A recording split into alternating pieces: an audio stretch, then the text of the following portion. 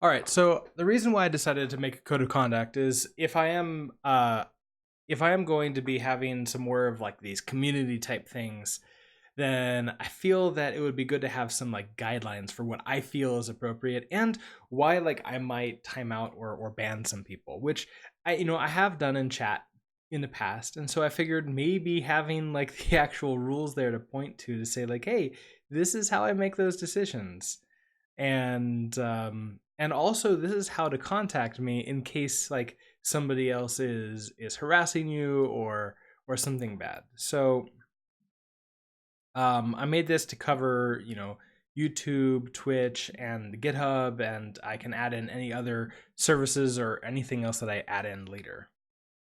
But basically, um, if you need to get a hold of me to like send me a private message, currently I'm going to be the only code of conduct enforcer, as it were, and that's only because I don't really have any like strict mods that always show up and do that kind of thing. If I get new mods, I will add them to this list.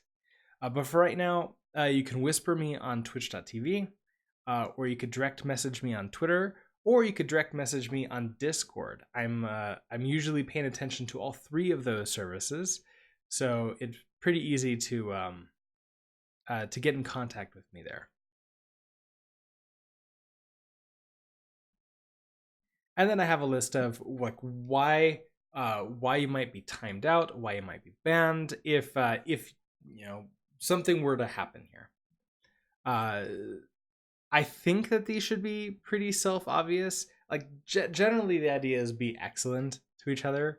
Um, there was there was I've seen on some other people's streams commenters basically acting out and then not receiving a ban, and it affected everyone else who was watching.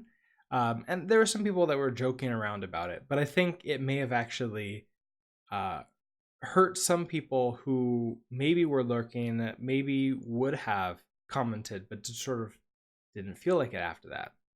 So I do want to like make sure that I have a more open, um, sort of more open and safe space for everyone to be here. And the reason for that, all that, is because I want to uh, encourage a culture of error and a growth mindset. So I actually added these two in here because these are really important to me. So a culture of error is it's specifically where we're allowed to make mistakes.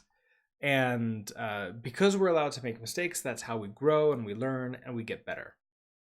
And a growth mindset is very similar. It goes right alongside with culture of error. It's all about it's all about knowing and understanding that people can change. Uh, I mean, usually we hope to change for the better. Of course, we could change, in a negative direction, but we want to like if somebody does something, like let's say they fail at some kind of like work project, that doesn't mean that they're always will fail at that work project. They can spend a lot of hard work, a little bit of time, some studying up, and then they can succeed later. And my point of all of this is we fail so that we can later not fail. Anyways, so that's the code of conduct, and that's what I've got listed everywhere.